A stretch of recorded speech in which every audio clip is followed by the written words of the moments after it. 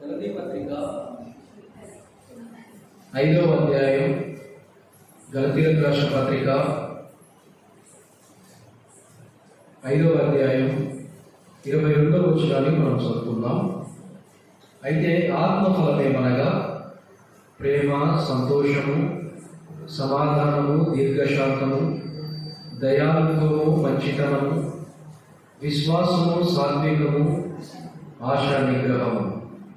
ప్రభు లేఖన భాగాన్ని ఇతర లేఖన భాగాలను కూడా ఆయన మన వెనికిలో దీవించి ఆశీర్వదించి మనకు అందించుగాక.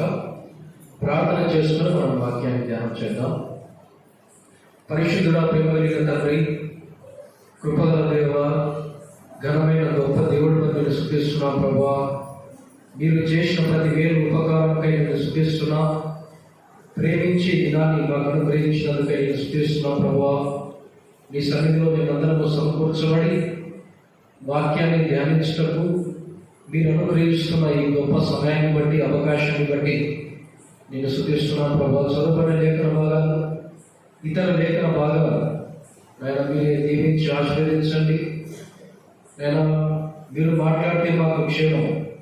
ప్రభావ మీరే మాతో మాట్లాడతారని ముందున్న సమయాన్ని మమ్మల్ని ఈ వాక్య సందేశాన్ని మీ దైవ హస్తాలకు అప్పగించుకుంటూ ప్రభు అయిన యేసు క్రీస్తు నామమున స్తుతించి ప్రార్థించి అడిగి వేడుకుంటున్నాము తండ్రి, ఆమేన్. ప్రభునందు ప్రియులారా, గలతీ పత్రిక 5వ అధ్యాయం 22వ వచనం మనం చదువుకున్నాం. అయితే ఆత్మఫలమేమనగా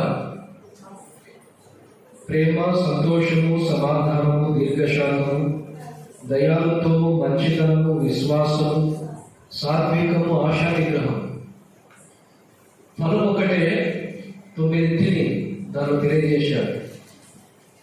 శరీర కార్యాలు చాలా చెప్పబడ్డాయి, 15 చెప్పబడ్డాయి. కానీ ఆత్మఫలం ఒకటిగా చెప్పబడింది. ఆత్మఫలం ఒకటే అంటే ఒక్క దానిలో, ఒక్క ఫలంలో ఇన్ని ఇమిడి ఉన్నాయి. 9 ఇమిడి ఉన్నాయి ఒక ఫలంలోనే. అది మనం ఈ పిక్చర్లో మనం చూస్తున్నాం. ఫలం ఒకటే, దానిలో 9 ఇమిడి ఉన్నాయి. అంటే 9 మంచి శ్రేష్టమైన లక్షణాలు.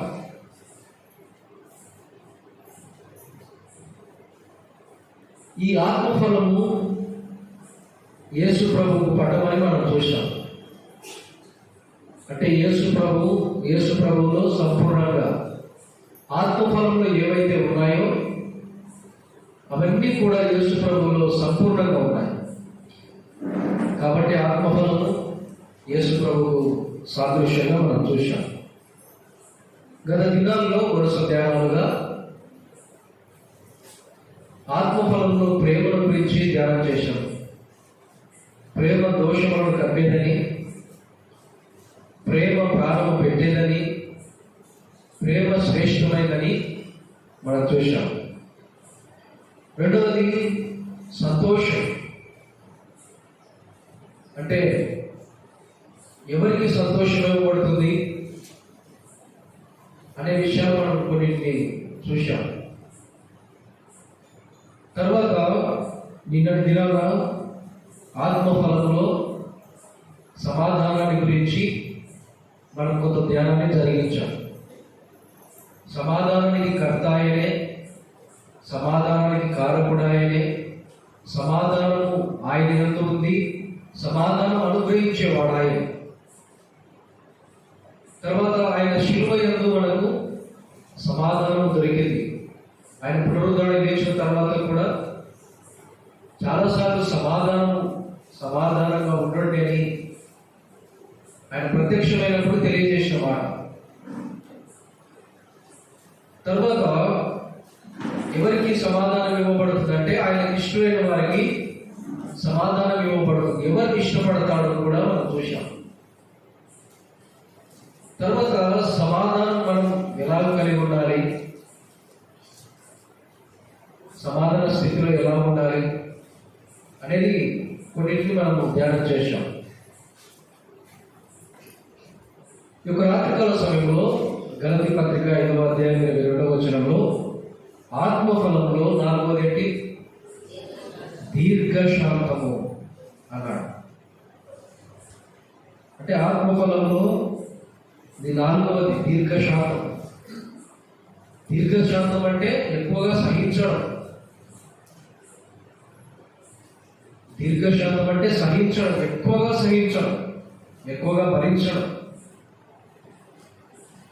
మీకు రాత్రికాల సమయంలో దీర్ఘశాంతం గురించిన ధ్యానాన్ని మనం కొనసాగిద్దాం.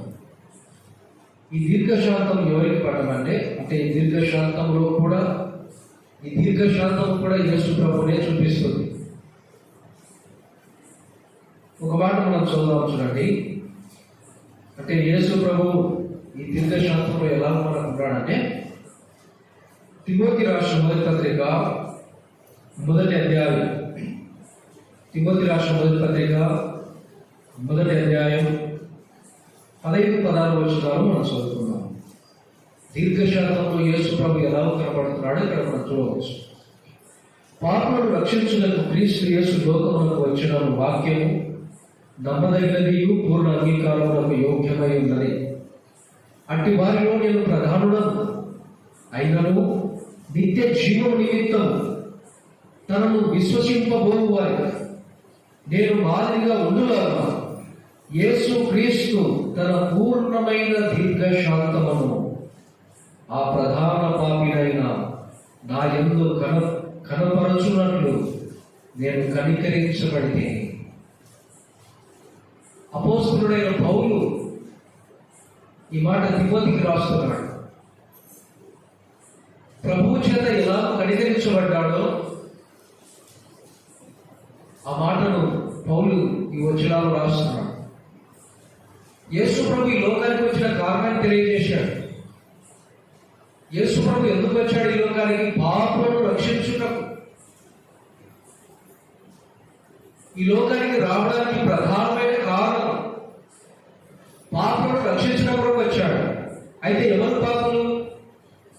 రోమాపత్రిక 3-23 చదువుతాం. ఏ భేదము లేదు, అందరూ పాపము చేసి దేవుడు అనుగ్రహించు మహిమను పొందలేకపోతున్నారు. అంటే భేదము లేకుండా పాపము చేసిన వారు, ఒక మాటలో చెప్పాలంటే అందరూ పాపులనే. పాపులను రక్షించడానికి ఆయన వచ్చాడు. అంటే మన కొరకు, మన నిమిత్తం వచ్చాడు ఆయన. పాపులను రక్షించడానికి క్రీస్తు యేసు ఈ లోకంలోకి వచ్చాడు. అను వాక్యము నమ్మదగినది, వాక్యము పూర్ణ అంగీకారముకు యోగ్యమై ఉన్నది. మనం అంగీకరించడానికి యోగ్యమైనది. ఎందుకంటే ఆయన దిగి వచ్చిన వాడు.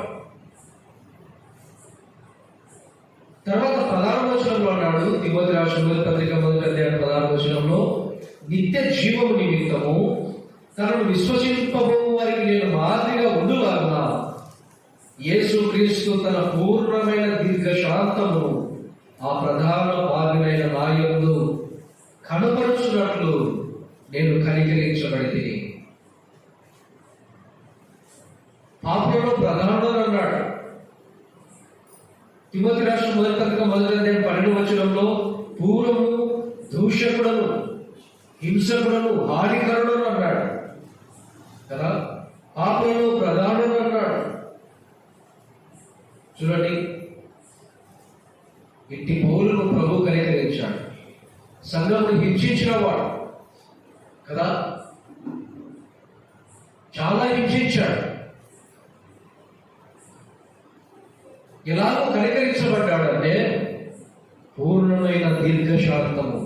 అంటే యేసు ప్రభు చూపిన పూర్ణమైన దీర్ఘశాంతం. ఎంతగా క్రైస్తవులను దూషిస్తున్నా కదా, కొడుతున్నా, ఎంతగా హింసిస్తున్నా, సంఘాన్ని హింసిస్తున్నా ప్రభు చేత కనికరించబడ్డాడు. దమస్సు మార్గమున ప్రభు చేత పిలువబడ్డాడు. ప్రభుతో అన్నాడు పౌలు, ప్రభువా నీవెవరు? ప్రకాశమైన వెలుగు, గొప్ప వెలుగు. ఆ వెలుగును చూసి గుడ్డివాడైపోయాడు. కళ్ళు కనబడలేదు, స్వరం వినబడుతుంది, ఏమీ కనబడడం లేదు. పౌలు అన్నాడు, ప్రభువా నువ్వెవడు, నువ్వెవరు? యేసు ప్రభువా మాట ఏమన్నాడు? సౌలా సౌలా నేను నన్నేలా హింసిస్తున్నావు కదా, నేను హింసిస్తున్న యేసును అన్నాడు. చూడండి, తన ప్రజలకు కీడు చేస్తే, తన ప్రజలకు నష్టం చేస్తే ప్రభు తనకు జరిగిన నష్టాన్ని ఇచ్చాడు. హింసించింది ప్రజలు అంటే క్రైస్తవులు, హింసించింది సంఘాన్ని. కానీ ప్రభు ఏమన్నాడు? తనను హింసించినట్లుగా చెప్పాడు. అంటే మనల్ని ఎంతగా కాపాడేవాడు.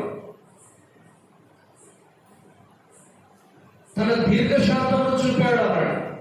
ప్రభు చేతనే కనికరించబడ్డాడు అన్నాడు. ప్రభువు గారు, యేసు ప్రభులో పూర్ణమైన దీర్ఘశాంతం ఉంది.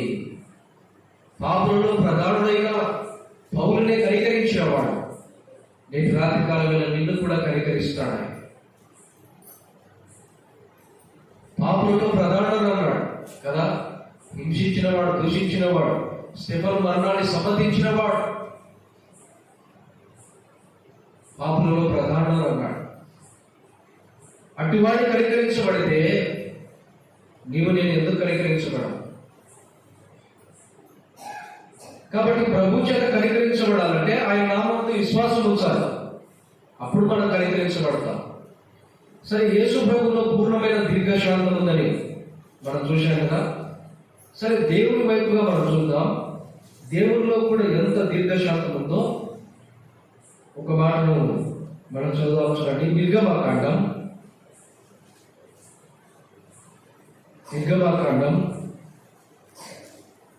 34వ అధ్యాయం.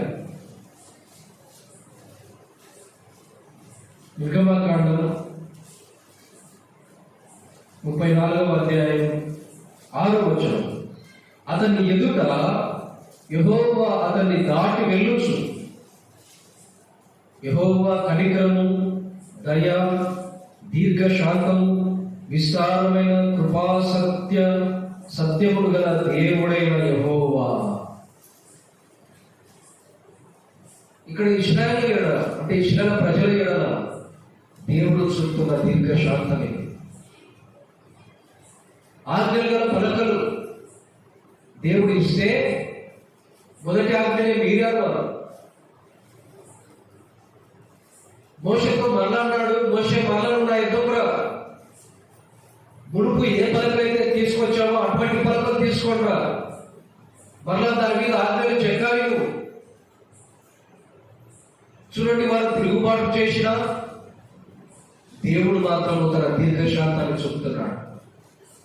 మోషే ఆజ్ఞల పలకలు తీసుకొని మరలా పర్వతం మీదకి వెళ్తే ప్రభు మాట్లాడుతున్న మాట, ప్రభు దాటి వెళ్తూ ప్రభు చెప్తున్న మాట ఏమంటాడు ఆయన?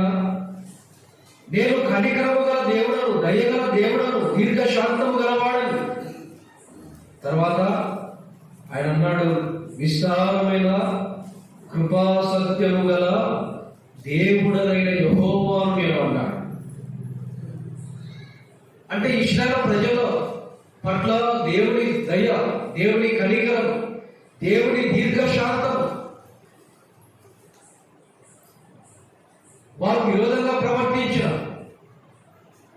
వారు దేవుని మాటకు లోబడకపోయిన, వారు తిరుగుబాటు చేసిన మరలా దేవుడు దయ చూపించడానికి ఇష్టపడ్డాడు. దేవుడు తన దీర్ఘశాంతాన్ని చూపించడానికి ఇష్టపడ్డాడు. అదే మోషేతో మాట్లాడాడు. మోషే, నేను దీర్ఘశాంతము గలవాడు. తన గుణలక్షణాన్ని తెలియజేశాడు. ఆయన తన గుణగణాలను ఆయన తెలియజేస్తున్నాడు. విస్తారమైన కృప గలవాడు. ప్రభువు దేవుడు ఆయన దీర్ఘశాంతము గలవాడు. ఒకనొక సందర్భంలో మళ్ళీ కోపగించాడు. సంఖ్యాకాండంలో చూడండి, సంఖ్యాకాండం 14వ అధ్యాయం 11వ వచనం. యెహోవా, ఎన్నాళ్ళ వరకు ఈ ప్రజలు నన్ను అలక్ష్యము చేయదు? ఎన్నాళ్ళ వరకు నేను వారి మధ్యలో చేసిన సూచక్రియలన్నింటిని చూచి నన్ను నమ్మక యువరు. ప్రభు అన్నాడు, తెగులు వారి మధ్య పుట్టిస్తానన్నాడు, వారిని హతము చేస్తానన్నాడు. ఇక్కడ ప్రభు యొక్క కోపం మనకు కనబడుతుంది. అంటే దేవుడు ఎన్ని అద్భుతాలు జరిగించిన, ఎర్ర సముద్రాన్ని పాయలు చేశాడు, బండ నుండి నీళ్లను రప్పించాడు, అరణ్యంలో మన్నా చేత పోషించాడు. అనేక కార్యాలు వారు చూస్తూ కూడా దేవుణ్ణి మరలా మరచిన వారు, దేవునికి విరోధంగా జీవించిన వారు. అందుకే దేవుడు మాట్లాడుతున్నాడు సంఖ్యాకాండం 14వ అధ్యాయంలో 11వ వచనంలో, ఎన్నాళ్ళ వరకు మీరు నన్ను అలక్ష్యం చేస్తారు, ఎన్నాళ్ళ వరకు నన్ను మర్చిపోతారు, నేను చేసిన కార్యాలను మర్చిపోతారు. మనం కూడా చాలాసార్లు ఏంటంటే దేవుడు మన ఎడల చేసిన ఉపకారాలు, మేలు చాలాసార్లు మనం మర్చిపోతాం. వీరు కూడా మర్చిపోయారు.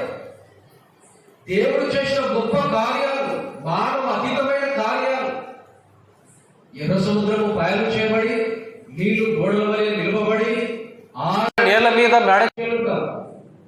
ఇది చెప్పడానికి సులభంగా ఉంది, కానీ అద్భుత కార్యం, ఆ గొప్ప కార్యం వారి కనుల ఎదుట దేవుడు చూపిస్తే, సూచన క్రియలు అద్భుతాలు చూపిస్తే వారు మరచిపోయేవారు. దేవుడు అన్నాడు, మోషే నువ్వు పక్కకు తప్పుకో. వీరు అలక్ష్యం చేసేవారు. ఈ ఇశ్రాయేలు ప్రజలు నిర్లక్ష్యం చేసేవారు, అలక్ష్యం చేసేవారు. నేను చేసిన కార్యం మర్చిపోయిన వారు, నా యందు నమ్మిక ఉంచని వారు, వీరి మధ్య తెగులు పుట్టిస్తారన్నాడు. మోషే అడ్డుపడ్డాడు.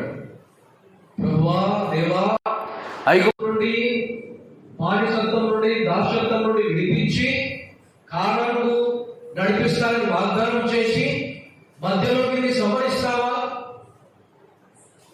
నువ్వు చేసిన వాగ్దానం జ్ఞాపకం చేసుకో.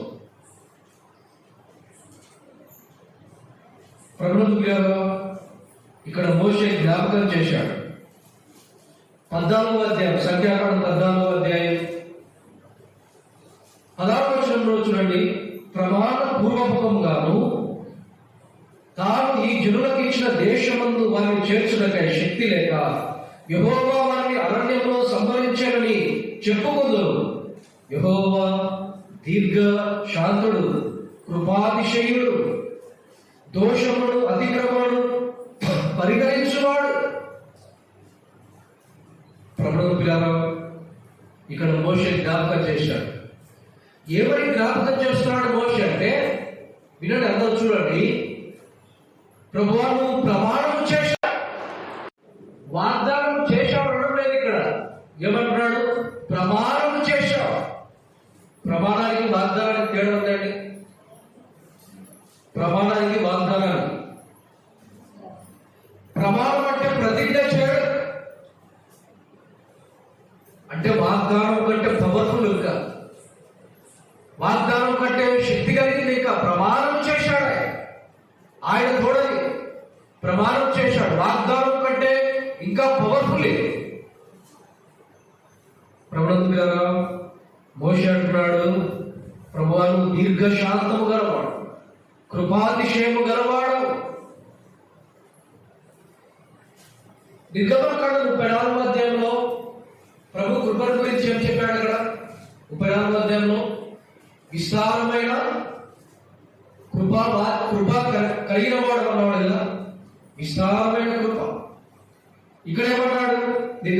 సంఖ్యాకాండం 14వ అధ్యాయంలో కృపాతిశయుడు గలవాడు.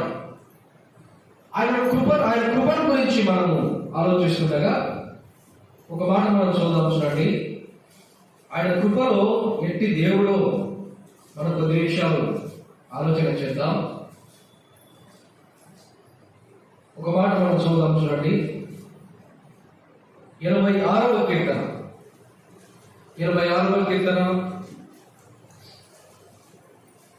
15వ వచనం. 26వ కీర్తన 15వ వచనం. ప్రభువా, నీవు దయా దాక్షిణ్యము గల దేవుడు, దీర్ఘశాంతుడు, కృపా సత్యములతో నిండినవాడవు. దేవుడు ఎలాంటి దేవుడు? ఆయన కృపా సత్యముతో నిండినవాడు. అంటే సమృద్ధిగా ఉంది ఆయనలో, కృపా సత్యముతో నిండినవాడు ఆయన. ఇంకొక మాట మనం చూద్దాం, చూడండి. 103వ కీర్తన 8వ వచనం. యెహోవా దయా దాక్షిణ్య పూర్ణుడు, దీర్ఘశాంతుడు, కృపా సమృద్ధి కలిగిన వాడు. చూడండి, కృపాతిశయం గలవాడు, కృపా విస్తారం కలిగిన వాడు కదా, కృప చేత నింపబడిన వాడు. అంత మాత్రమే కాదు, కృపలో సమృద్ధి కలిగిన వాడు. ఇంకొక మాట మనం చూడండి. 145వ కీర్తన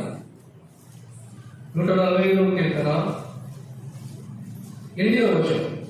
యెహోవా దయా దాక్షిణ్యము గలవాడు, ఆయన దీర్ఘశాంతుడు, కృపాతిశయము గలవాడు. దేవుణ్ణి మనం చూస్తుండగా ఎంత కృపగలవాడు, కృపాతిశయం గలవాడు, కృప యొక్క విస్తారం, అంటే విస్తారమైన కృపగలవాడు కదా, కృపా సమృద్ధి కలిగిన వాడు, కృపతో నింపబడిన వాడు. ఇక్కడ మనం చూస్తుండగా కృపాతిశయం గలవాడు. దేవుని విషయంలో చూడండి ఎంత కృపగల దేవుడు. యేసు ప్రభు విషయంలో కూడా ఆయన ఎంత కృపగలవాడో కొన్ని విషయాలు మనం చూద్దాం. చూడండి, ఒక 3 విషయాలు. యేసు ప్రభు ఎంత కృపగలవాడో యోహాను సువార్త 1వ అధ్యాయం, యోహాను రాసిన సువార్త 1వ అధ్యాయం 14వ వచనం. ఆ వాక్యము శరీరధారి అయి కృపాసత్య సంపూర్ణుడుగా మన మధ్య నివసించాడు. దేవుడు కృపతో నిండినవాడు, దేవుడు కృపాసత్య సంపూర్ణుడుగా, దేవుడు కృపలో సమృద్ధి కలిగినవాడు, కృపాతిశయం కలిగినవాడు. యేసు ప్రభువు చూడండి, యేసు ప్రభువు ఆయన కృపాసత్య సంపూర్ణుడు, కృపాసత్య సంపూర్ణుడు ఆయన. అంత మాత్రమే కాదు, 16వ వచనం, యోహాను సువార్త 1వ అధ్యాయం 16వ వచనం. ఆయన పరిపూర్ణతలో నుండి మనం అందరము కృప వెంబడి కృప పొందితిమి. యేసు ప్రభు కృప వెంబడి కృపనిచ్చేవాడు, కృపాసత్య సంపూర్ణుడు ఆయన, కృప వెంబడి కృప చూపేవాడు, కృప వెంట కృపను చూపేవాడు.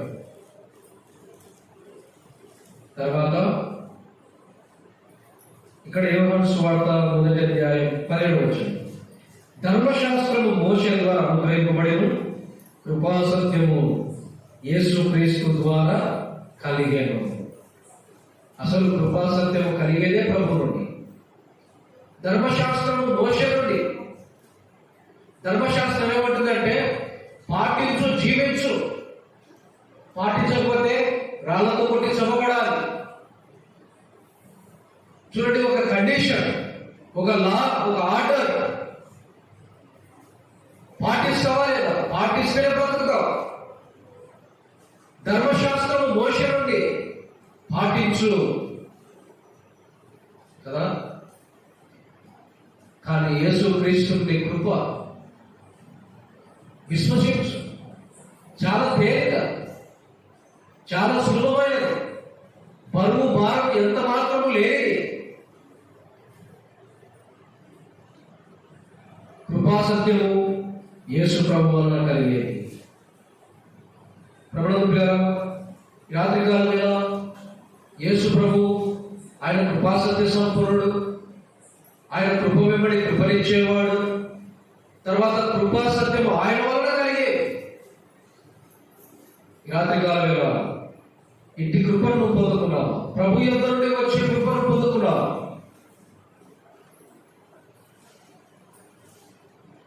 మనం కృప ద్వారా రక్షింపబడతాం. ఎఫెసీ పత్రికలో మనం చూద్దాం, మీరు విశ్వాసము ద్వారా కృప చేత రక్షింపబడి ఉన్నారు, ఇది మీ క్రియల వలన కలిగినది కాదు, దేవుని వరం అంటాడు. మనం రక్షింపబడాలంటే ఏదో చెయ్యాలి కదా, ఏదో పాటించాలి, ఏదో చెయ్యాలి. ఏమి చేసినా రక్షింపబడలేదు. దాన ధర్మాలు, పుణ్యకార్యాలు ఏమి చేసినా, మంచి కార్యాలు, సత్క్రియలు ఏమి చేసినా నిన్ను రక్షించలేవు. నిన్ను రక్షించగలిగిన ఏకైక దేవుడు ప్రభు అయిన యేసుక్రీస్తే. కృప ద్వారా రక్షింపబడతాం. కృప ద్వారానే మనం రక్షింపబడతాం. యేసు ప్రభునందు విశ్వాసం ఉంచాలి. యేసు ప్రభునందు విశ్వాసం ఉంచితే కృప ద్వారా మనం రక్షింపబడతాం. మొదటగా ఇశ్రాయేలు ప్రజల ఎడల దేవుని దీర్ఘశాంతం. మోషే అడ్డుపడి, ప్రభువా వీరిని క్షమించు, అడ్డుగా నిలబడ్డాడు. దేవుడు ఏదైతే ప్రమాణం చేశాడో మోషే ఆ ప్రమాణాన్ని జ్ఞాపకం చేశాడు. ప్రమాణం చేశావు కదా, కారణం దేశం నీకు ఇస్తామని. ఒకవేళ ఈ అరణ్యంలో ఇశ్రాయేలు ప్రజలందరూ సంహరించబడితే, రాలిపోతే అది నీకు దూరం కాదు. ఎందుకంటే అన్యులు అంటే నీ మీద వారు తిరుగుబాటు చేసేవారు. ప్రభుత్వ ఇశ్రాయేలు ప్రజల దగ్గర ఆయన తన దీర్ఘశాంతాన్ని చూపించిన వాడు. రెండవదిగా ఒక మాట మనం చూడండి. నినివే ప్రజల విషయంలో కూడా ఆయన తన దీర్ఘశాంతాన్ని చూపించినట్లు మనం చదువుతాం. యోనా గ్రంథం 4వ అధ్యాయం. యోనా గ్రంథం 4వ అధ్యాయం మొదటి నుండి చూద్దాం. యోనా దీన్ని చూచి బహు చింతాక్రాంతుడై కోపగించుకొని, యెహోవా, నేను నా దేశమందుండగా ఇట్లు జరుగునని నేను అనుకుంటుంది కదా. ఇందువలననే నీవు కటాక్షమును, జాలియు, బహు శాంతమును, అత్యంత కృపగల దేవుడమై ఉండి పశ్చాత్తాపపడి కీడు చేయక మానవు అని నేను తెలుసుకొని దానికి ముందుగానే తార్షీషులకు పారిపోతుంది. ఇక్కడ చూడండి,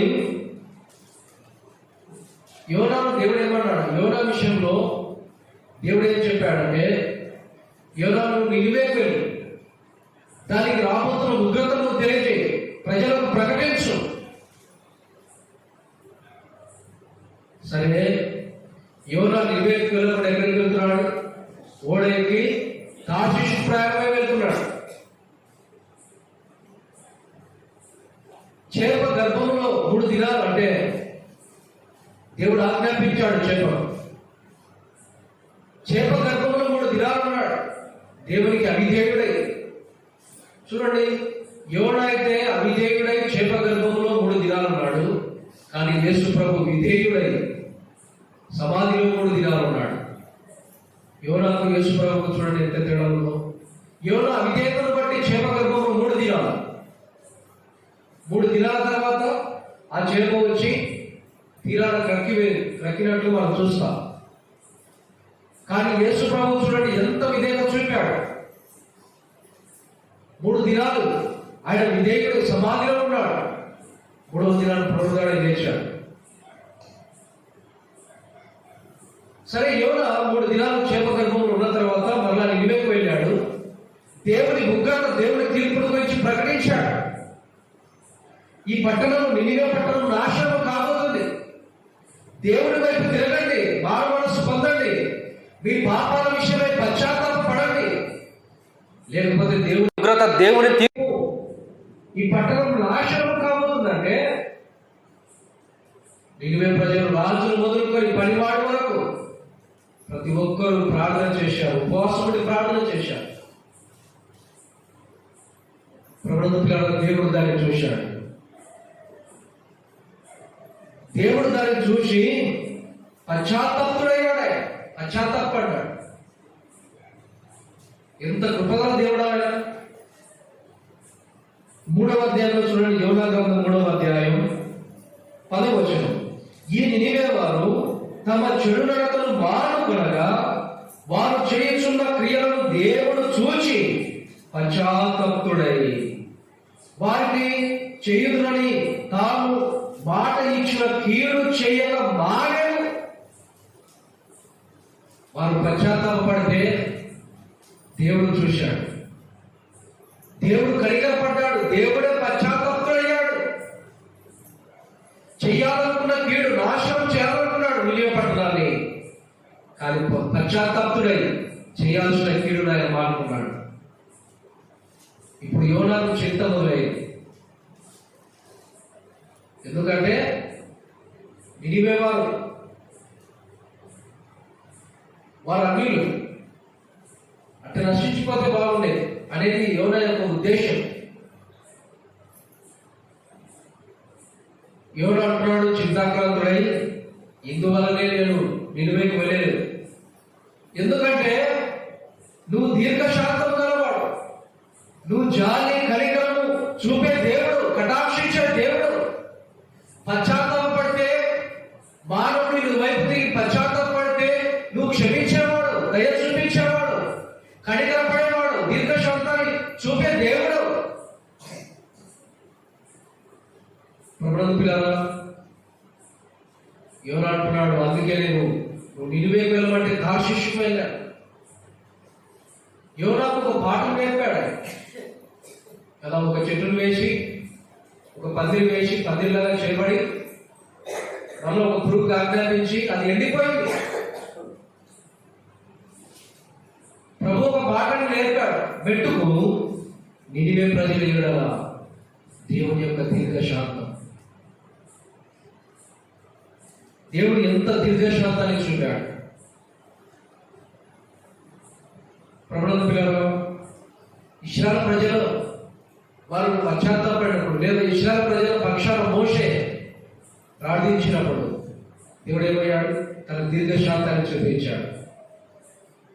ఇశ్రాయేలు ప్రజల పక్షాన మోషే ఎలాగైతే అడ్డుపడ్డాడో, సర్వ మానవాళికి అంటే దేవుని ఉగ్రత మానవాళి మీద నిలిచి ఉంటే యేసు ప్రభు అడ్డుగా నిలబడ్డాడు. మోషే ఇశ్రాయేలు ప్రజల పక్షాన ఏ విధంగా అడ్డు నిలబడి దేవా ఈ ఉగ్రతను తొలగించన్నాడు, సర్వ మానవాళికి దేవుని ఉగ్రత, దేవుని శిక్ష, దేవుని తీర్పు రావాల్సి ఉండగా యేసు ప్రభు అడ్డుగా నిలిచాడు. ఆ ఉగ్రత ఆయన అనుభవించాడు.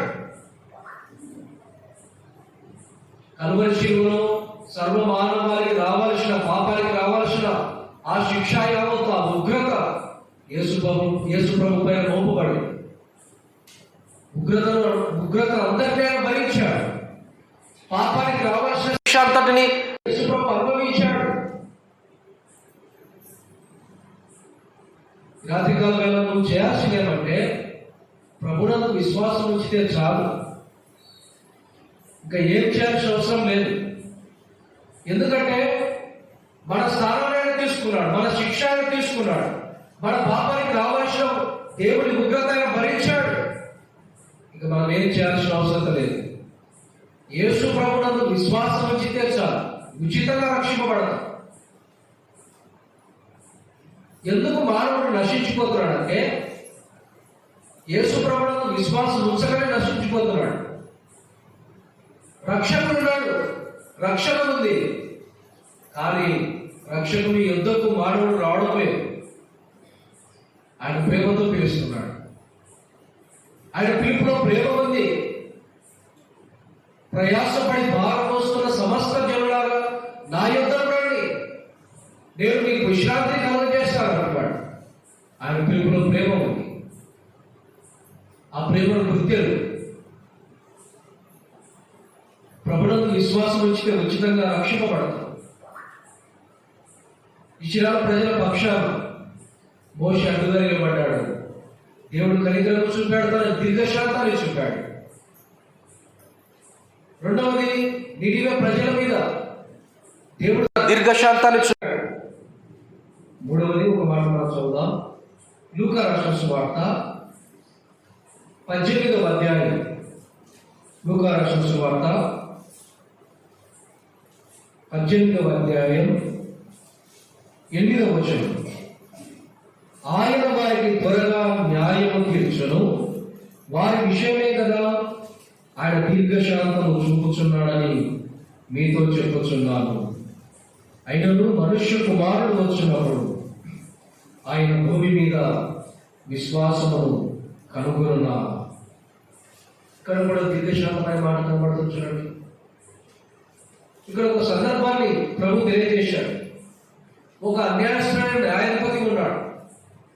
విధవరానికి తన ప్రతివాదికి మధ్య ఒక చిన్న విభేదం ఉంది కదా, ఒక వివాదం ఉంది. ఈ అన్యాయమైన న్యాయాధిపతి దగ్గరికి ఆ విధవరాలు సారికి వచ్చి గోజాడింది.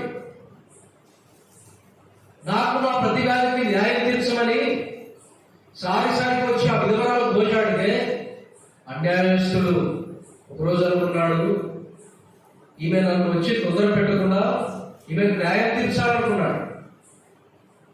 అన్యాయస్తుడైన న్యాయాధిపతే విధవరాలు వచ్చి గోజాడితే కనికరపడి కదా న్యాయం తీర్చాలనుకున్నాడు కదా. మరి దేవుడు అన్యాయస్తుడు కాడలే. అదే మాట ప్రభు ప్రస్తావించి అన్నాడు. అంటే అన్యాయస్తుడైన న్యాయాధిపతికి దేవునికి మధ్య వ్యత్యాసాన్ని ఇక్కడ ప్రభు చూస్తున్నాడు. అన్యాయస్తుడైన న్యాయాధిపతి దగ్గరికి పదే వెళ్ళి గోజాడితే న్యాయం తీర్చాలనుకున్నాడు. దేవుడికి తేడా చూపించాడు. దేవుడు ఎలాంటి వాడాయా?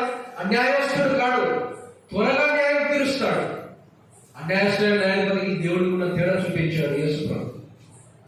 ప్రభు అన్నాడు న్యాయం తీరుస్తాడు. 8వ వచనంలో ఆయన వారికి త్వరగా న్యాయం తీరుస్తాడు. అన్యాయస్తుడైన న్యాయపతి దగ్గరికి సారి గోజాడేది. ప్రభు అన్నాడు వారి విషయమే కదా ఆయన దీర్ఘశాంతము చూపుచున్నాడని మీతో చెప్పుచున్నాను. ఈ మాట మనకు అర్థం కావాలి. అన్యాయస్తుడైన న్యాయపతి దగ్గరికి విధవరాలు గోజాడుతున్నట్లు ప్రభు పిల్లమైన మనము భూమి మీద ఉండి మనము దేవుడికి ప్రార్థన చేస్తుండగా దేవుడి పిల్లలమైన మనకు కూడా ఆయన న్యాయం తీరుస్తాడు.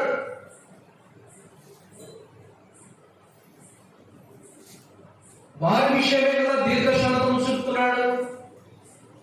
అంటే మన విషయమై దేవుడు దీర్ఘశాంతం.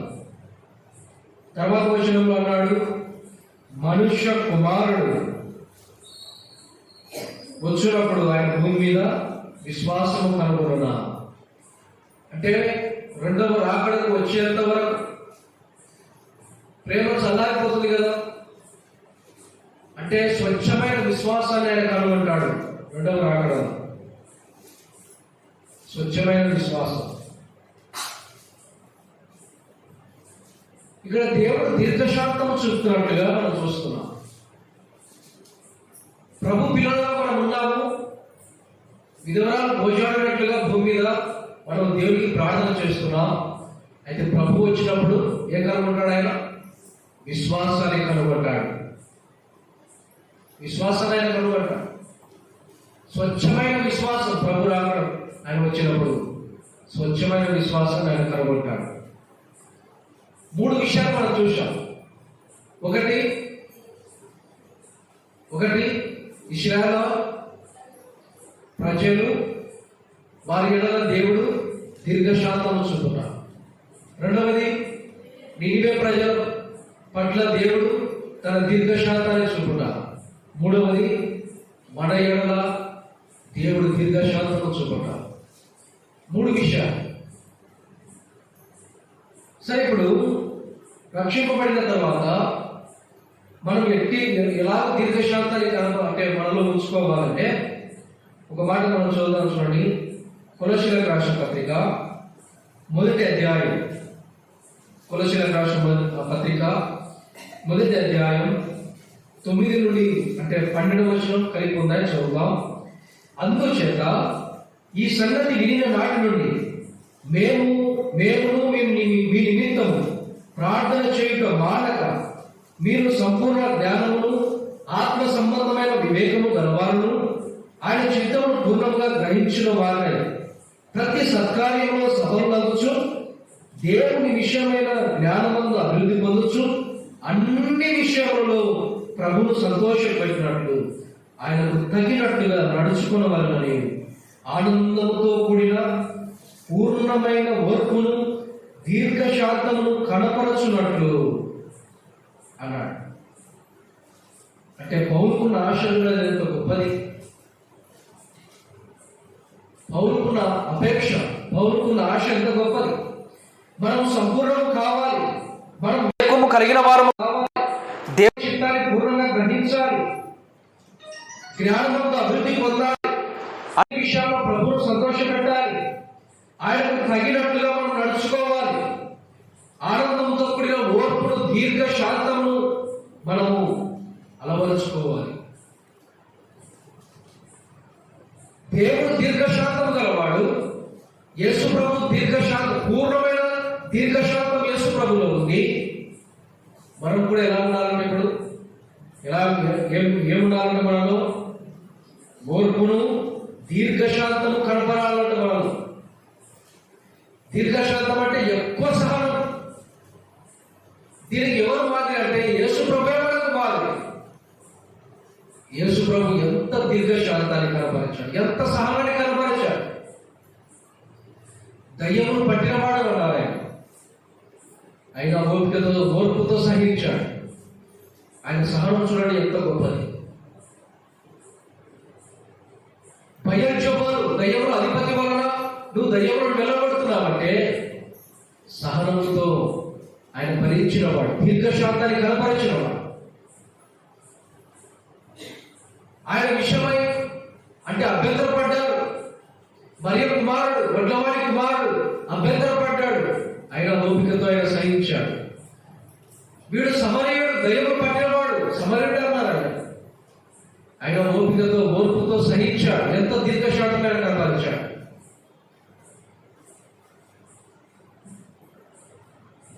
మేము వ్యభిచారంలో పుట్టినవారు కాదన్నారు. యేసుప్రభుని ఎంతగా అవమానపరిచారు. ఎంత ఓర్పు, ఎంత సహనం, ఎంత దీర్ఘశాంతమైన కనపరిచాడు. మనం కూడా దీర్ఘశాంతం మనం కలిగి ఉండాలి, సహనం మనం కలిగి ఉండాలి, ఎక్కువ సహనం మనం కలిగి ఉండాలి. పౌలు ప్రార్థన ఇదే. ఎన్నిటిని చెప్పాడు, ప్రభువుని నడుచుకోవాలి, పూర్ణమైన వివేకము కలిగి ఉండాలి కదా. దేవుని చిత్తాన్ని మనం గ్రహించాలి, అన్ని విషయాలు అభివృద్ధి పొందాలి, అన్ని విషయాలు ప్రభువును సంతోషపెట్టాలి, ఓర్పును దీర్ఘశాంతాన్ని మనం కలిగి ఉండాలి. పౌలు అపేక్ష ఇదే. చాలాసార్లు మనం సహనం కోల్పోతాం, చిన్న మాటకు సహనం కోల్పోతాం. నన్నంత మాట అంటాడా, నన్నంత మాట అంటుందా చూడండి, సహనం కోల్పోతాం. దీర్ఘశాంతం మనం కలిగి ఉండాలి. కొరింథీయులకు రాసిన 2వ పత్రిక 6వ అధ్యాయం 6వ వచనంలో కూడా చూడండి, ఇక్కడ కూడా దీర్ఘశాంతం గురించి చెప్పబడింది. కొరింథీయులకు రాసిన 2వ పత్రిక 6వ అధ్యాయం 6వ వచనం, పవిత్రతతోను జ్ఞానముతోను దీర్ఘశాంతముతోను దయతోను పరిశుద్ధాత్మ వలన నిష్కపటమైన ప్రేమతో ఎలా ఉండాలంటే మనము పవిత్రతతో జ్ఞానముతో దీర్ఘశాంతముతో దయతో పరిశుద్ధాత్మ వలన నిష్కపటముతో దీర్ఘశాంతముతో మనం ఉండాలి. ఆత్మఫలంలో 4వది కదా దీర్ఘశాంతం. ప్రభు ఏదైతే దీర్ఘశాంతము కలిగి ఉన్నాడో మనం కూడా పవిత్రత, జ్ఞానము, దీర్ఘశాంతము, దయను మనం కలిగి ఉండాలి. దీర్ఘశాంతాన్ని గురించి సామెతల గ్రంథంలో చాలా చెప్పాడు. చాలా శ్రేష్టమైన సామెతల గ్రంథము, అది మనం వ్యక్తిగతంగా కూడా స్టడీ చేయాలి. ఎందుకంటే చాలా శ్రేష్టమైన సంగతులు సామెతల గ్రంథంలో రాయబడతాయి. సామెతల గ్రంథంలో దీర్ఘశాంతాన్ని గురించి కొన్నింటిని చూద్దాం. చూడండి, మనకు ఇవ్వబడుతున్న సమయంలోనే సామెతల గ్రంథం 14వ అధ్యాయం 29వ వచనం, దీర్ఘశాంతము గలవాడు ఎలాంటి వాడంట? మహావివేకి, వివేకం గలవాడు. ముక్కోపి మూఢత్వమును బహుమానముగా పొందదు. ముక్కోపి అంటే చెప్పండి, ముక్కోపి అంటే ముక్కు మీద కోపం ఉండేవాడు. అంటే వారికి ఒక చిత్తం అంటూ ఉండదు, ఒక విల్లు అంటూ ఉండదు. ప్రతిదానికి కోప్పడేవాడు, చిన్న విషయానికి కూడా కోప్పడేవాడు. ముక్కోపి ఏంటంటే వాడు లాస్ట్కు మూఢత్వం అనే బహుమానం పొందుతాడు. మూఢత్వం అన్నిటినీ విచారించి నిదానించేవాడు, దీర్ఘశాంతం గలవాడు. ఇలాంటి వాడంట మహావివేకి. ప్రతి విషయాన్ని కోప్పడ్డాడు, వాడు మూఢత్వం గలవాడు. చాలాసార్లు మనము కొన్నిటిని వివేచించకుండా కోప్పడదు. చివరికి ఏం పొందుకుంటాం మనం? మూఢత్వం. మనం విచారించాలి, నిదానించాలి, దీర్ఘశాంతం మనం కలిగి ఉండాలి. మహావివేకి వాడు, సహనం కలిగిన వాడు, శాంతం కలిగిన వాడు మహావివేకి. తర్వాత ఇంకొక మాట మనం చదువుదాం, చూడండి.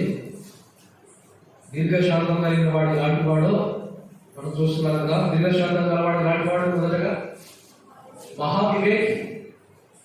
ఇంకొక మాట మనం చూద్దాం, చూడండి. ఇదే సామెతల గ్రంథము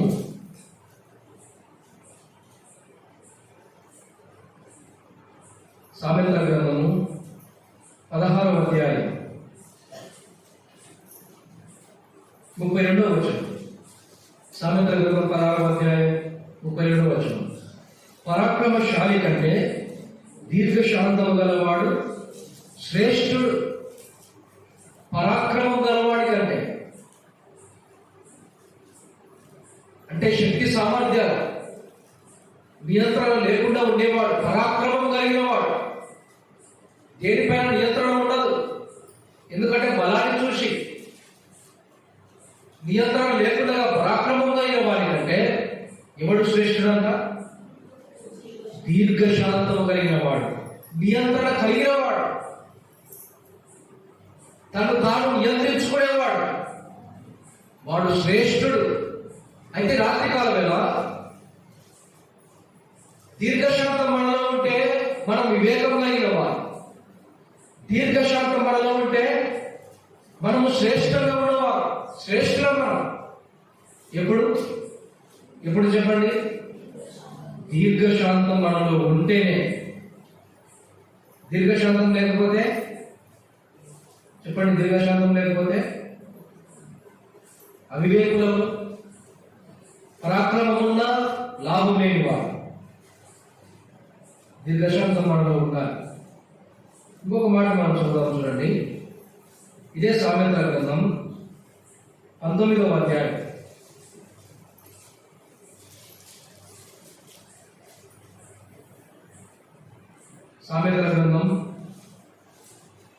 19వ అధ్యాయం. ఇక్కడ దీర్ఘశాంతం అనే మాట ఇక్కడే ఉందా? 11వ వచనం. ఒకరి సుబుద్ధి వానికి దీర్ఘశాంతం ఇచ్చును. అంటే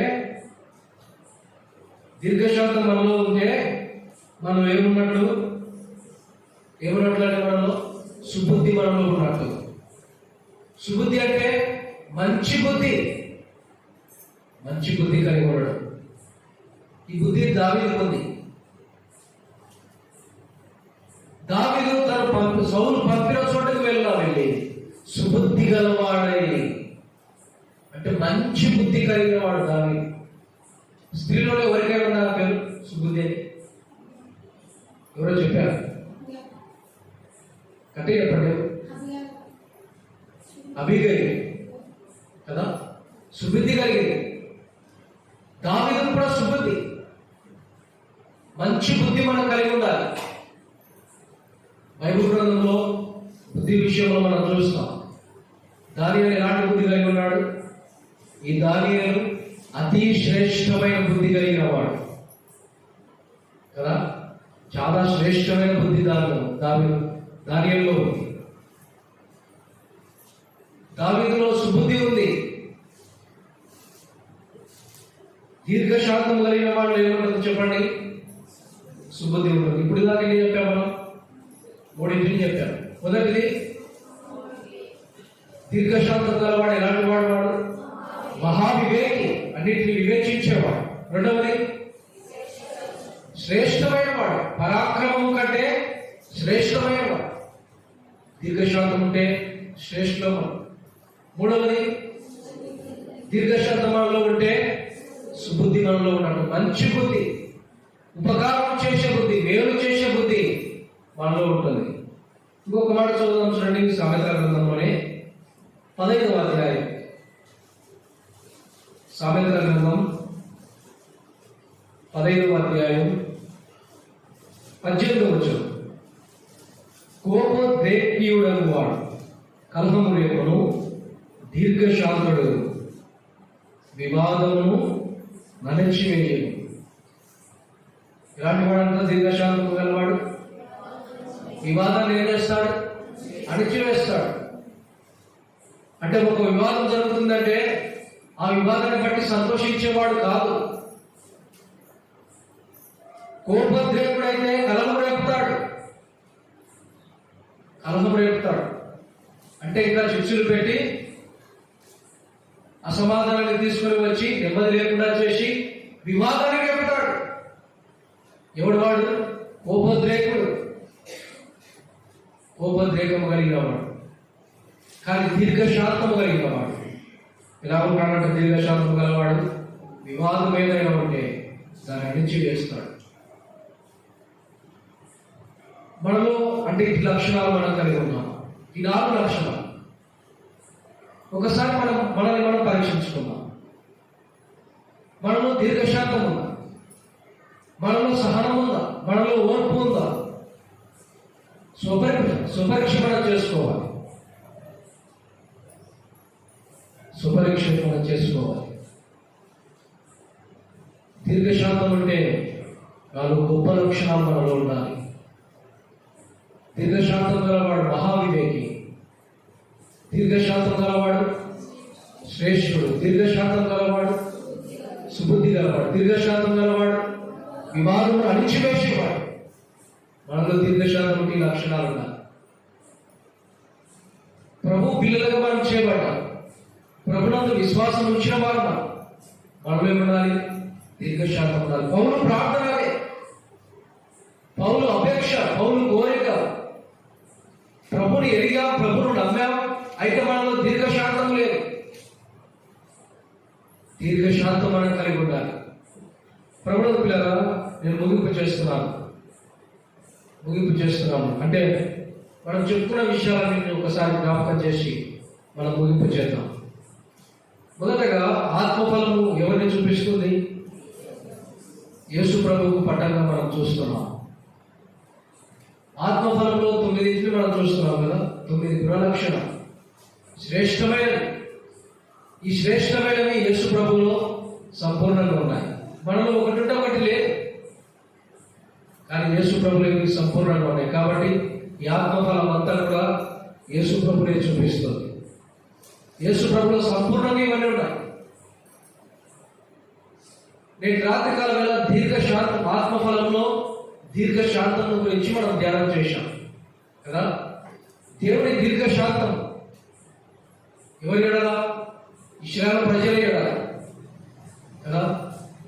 మోషేను బట్టి దీర్ఘశాంతాన్ని ఆయన చూపాడు. తన ప్రజల ఎడల, ఇశ్రాయేలు ప్రజల ఎడల ఆయన దీర్ఘశాంతాన్ని చూపాడు.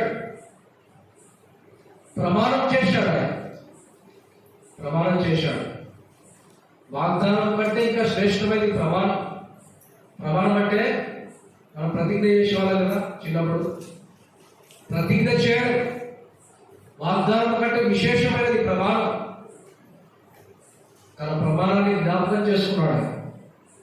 ఇశ్రాయేలు ప్రజల ఎడల దీర్ఘశాంతాన్ని చూపాడు. రెండవది, నినివే ప్రజల ఎడల దేవుడు తన దీర్ఘశాంతాన్ని చూపాడు కదా. ఉగ్రతలు, శిక్షలు వారి మీదకి రాకుండా పశ్చాత్తప్తుడై చేయాల్సిన కీడును ఆయన మారుకున్నాడు. తన దీర్ఘశాంతాన్ని నినివే ప్రజలకు చూపించాడు కదా. యేసు ప్రభు ఎలా ఉన్నాడు అంటే, ఈ ఆత్మఫలంలో ఉన్న దీర్ఘశాంతంలో ప్రభు ఎలా ఉన్నాడంటే, పౌలు చెప్పాడు కదా తిమోతి రాసిన పత్రికలో, ఆయన పూర్ణమైన దీర్ఘశాంతం గలవాడు కదా. అంటే యేసు ప్రభు పూర్ణమైన దీర్ఘశాంతం ఆయనలో ఉంది. దీర్ఘశాంతం గలవాడు. ప్రభుని గురించి చూశాం అంటే ఆయన ఎంత దీర్ఘశాంతం గలవాడు. దేవుని వైపు చూశాం, ఆయన కృపాసత్య కృప సమృద్ధి కలిగిన వాడు, కృపతో నింపబడిన వాడు కదా, కృపాతిశయం కలిగిన వాడు అని మనం చూశాం. యేసు ప్రభువులో మనం మూడింటిని చూశాం కదా. మూడింటిని, ఒకటి కృపాసత్య సంపూర్ణుడు, కృప వెంబడి కృపను అనుగ్రహించేవాడు, తర్వాత కృప ఆయన నుండి కలిగేది, అది మనం చూశాం. సరే, దీర్ఘశాంతాన్ని గురించి మనం ఆలోచించగా, నినివే వారి ఎడల, ఇశ్రాయేలు ఎడల, మన ఎడల దేవుడు తన దీర్ఘశాంతాన్ని చెబుతున్నాడు. లూకాసు వార్త 18వ అధ్యాయంలో మనం అదే చదివాం. తర్వాత దీర్ఘశాంతం మనలో ఉంటే 4 శ్రేష్టమైన లక్షణాలు మనలో ఉండాలి కదా. సామెతల గ్రంథంలో మనం చూసాం 4. ఆ 4 మనం ఒకసారి జ్ఞాపకం చేద్దాం. దీర్ఘశాంతం గలవాడు మహావివేకి అవుతాడు. తర్వాత శ్రేష్ఠుడు అవుతాడు. దీర్ఘశాంతం గలవాడు శ్రేష్ఠుడు అవుతాడు. 3వది దీర్ఘశాంతం గలవాడు సుబుద్ధి గలవాడు అవుతాడు. 4వది దీర్ఘశాంతం గలవాడు వివాదమును అడిచేవాడు. కాబట్టి దేవుడు దీర్ఘశాంతం గలవాడు, యేసు ప్రభు పూర్ణమైన దీర్ఘశాంతం గలవాడు. మనము దీర్ఘశాంతం కలిగి ఉండాలి. దీర్ఘశాంతం అంటే మనలో శ్రేష్టమైన లక్షణాలు ఉన్నట్లే. రాత్రికాల వేళ దీర్ఘశాంతం మనలో ఉండాలి. ఇంకా యేసు ప్రభుని ఎవరైనా సొంత రక్షకుడిగా అంగీకరించకపోతే నేను రాత్రికాల వేళ మంచి అవకాశం. ఆయన నీ ఎడల దీర్ఘశాంతాన్ని చూపుతున్నాడు. ఇంతవరకు ప్రాణప్రాప్తిని ఇచ్చాడంటే, ఇంతవరకు నీకు భూమి మీద ఆయుష్కాలం ఇచ్చాడంటే, నీకు సమయాన్ని ఇచ్చాడంటే తన దీర్ఘశాంతము చేత ఇంకా ఆయన కనిపెడుతున్నాడు. ఎందుకంటే నువ్వు నశించుకోవడం ఆయనకు ఇష్టం లేదు.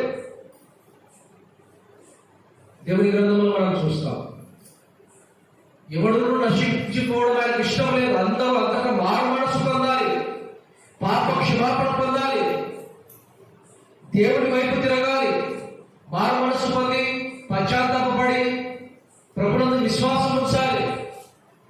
అది ప్రభు కోరుతున్నాడు. తన దీర్ఘశాంతాన్ని నేటి రాత్రికాల వేళ నీ ఎడల చూపుతున్నాడు. అంటే ఎంతో సహనం, ఎంతగా దేవునికి ఆయాసకరంగా బ్రతికిన,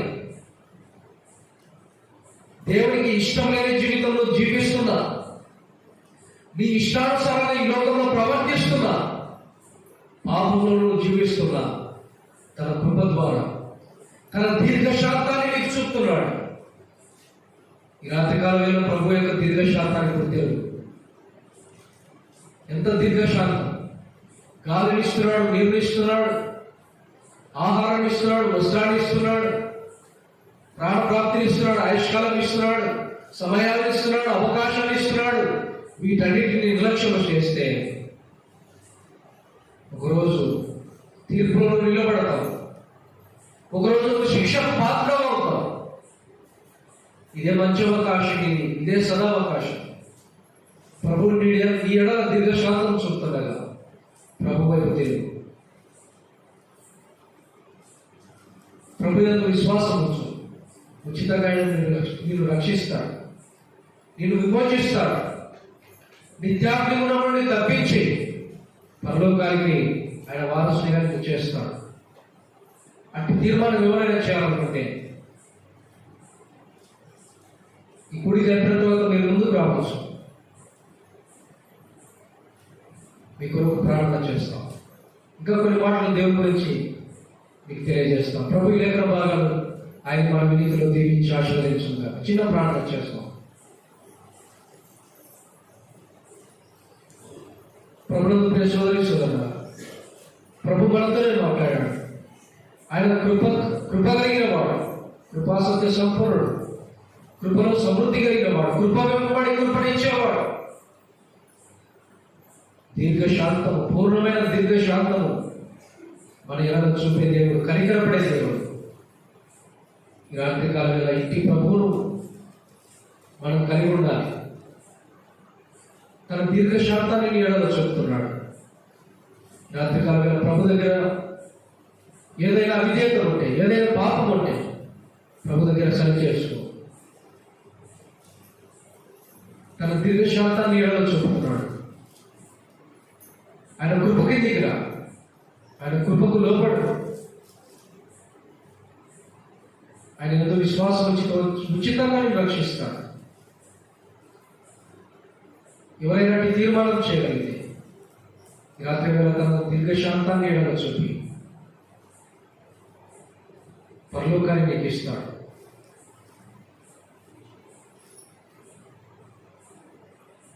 ప్రార్థన చేద్దాం. పరిశుద్ధ ప్రేమ కలిగిన తండ్రి, కృపగల దేవ, దయగలిగిన మా తండ్రి, ప్రేమ నమ్మకం కలిగిన మా ప్రియ పరలోకపు తండ్రి, నీ ఘనమైన, శ్రేష్టమైన, ఉన్నతమైన, మహోన్నతమైన నామాన్ని బట్టి నేటి రాత్రికాలమైన స్తుతులు స్తోత్రములు చెల్లిస్తున్న ప్రభువా, మీరు చేసిన ప్రతి మేలు ఉపకారముకై నేను స్తుతిస్తున్నా ప్రభువా. ఆత్మఫలంలో దీర్ఘశాంతముల గురించి నేటి రాత్రికాలమైన ధ్యానం చేయడానికి మీరు ఇచ్చిన కృపను బట్టి నేను స్తుతిస్తున్నా ప్రభువా. ఇశ్రాయేలు ప్రజల ఎడల మీరు చూపిన దీర్ఘశాంతం, నీవే పట్టణస్థుల ఎడల మీరు చూపిన దీర్ఘశాంతం, మా ఎడల మీరు చూపుతున్న దీర్ఘశాంతమును బట్టి నేను స్తుతిస్తున్నాను ప్రభువా. దీర్ఘశాంతం మాలో ఉంటే ప్రభా, ఎట్టి ధన్యత ఉందో, ఎట్టి ఆశీర్వాదాలు ఉన్నాయి. మీరు మాతో మాట్లాడిన ప్రతి మాటను బట్టి నేను స్తుతిస్తున్నాను ప్రభువా. నీ సన్నిధిని ప్రేమించి రాగలిగిన ప్రతి ఒక్కరిని దీవించండి, ఆశీర్వదించండి. రాలేక ఆగిపోయిన వారిని కటాక్షించండి, మరొక అవకాశాన్ని మీరు అనుగ్రహించండి. రాత్రికాల సమయంలో అయినా నీ వాక్యాన్ని ధ్యానించడానికి మీరు ఇచ్చిన ఈ కృపను బట్టి స్తుతిస్తుంది.